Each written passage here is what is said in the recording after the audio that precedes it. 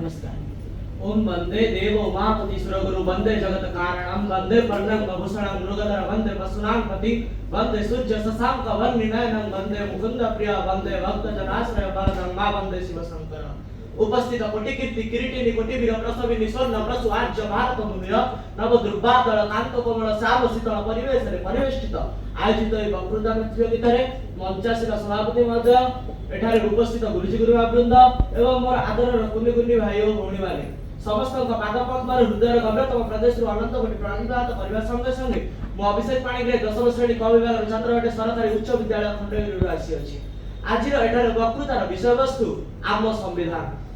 प्रथमे आमे जानिबा आम संविधान कोन जहा को जानिबा पई आमे इतिहास को पुंखानुपुंख तदंत करिबा पड़िबो। दीर्घ 200 वर्ष धरि लांछना प्रवंचना निर्यातनार शिकार होई आछुवा पुण्य भूमि भारत माता सत्य जपरि चित्कार करूती हे भारतवासी रक्षा कर बर्बर इंग्रेज मानक कबळरू दीर्घ 200 वर्ष धरि पराधीन रहि सारिबा परे मध्य जेतेबेले प्रयास सफलता रूप धारण करिछि 1946 मसिया नवेम्बर डिसेम्बर मास 9 तारिख रे एही संविधान आयोजन करा जायछि एवं 1947 मसिया अगस्त मास 15 तारिख रे आम भारत स्वाधीनता हासिल करछि।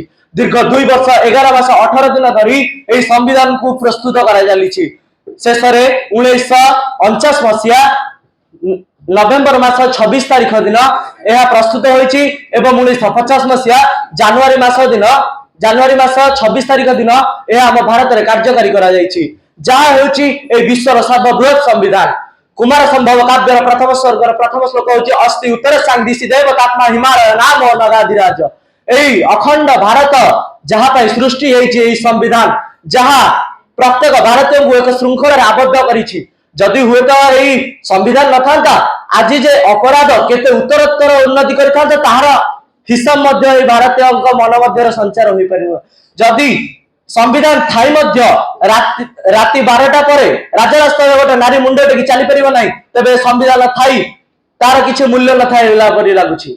जहा सिंधु तटे श्री पुरुषोत्तम क्षेत्र राज साधु जने अछि अनेक आश्चर्य भारत एक उपद्वीप जहार तीन पटे जल रहिछि एवं सेही जलपथर कूल रे अखंड भारत अवस्थित जहा सृष्टि करिछि संस्कृति कृति एवं सर्वशेष सृष्टि होछि संविधान जहा ए भारत को 5 गोटी राष्ट्र रे विभक्त करछि सार्वभौम राष्ट्र जहा द्वारा ए भारत आभ्यंतरीण और बाह्य समस्त नीति रे अवलंबन होई शासित हेबो।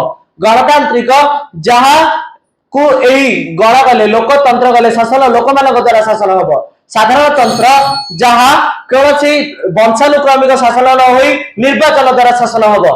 धर्म वर्ण निर्विशेष आम समस्त भारतीय बोली गर्व करी निज को निजे शासन करबा ही संविधान आईन एति मते क्षमा करथिबे। धन्यवाद।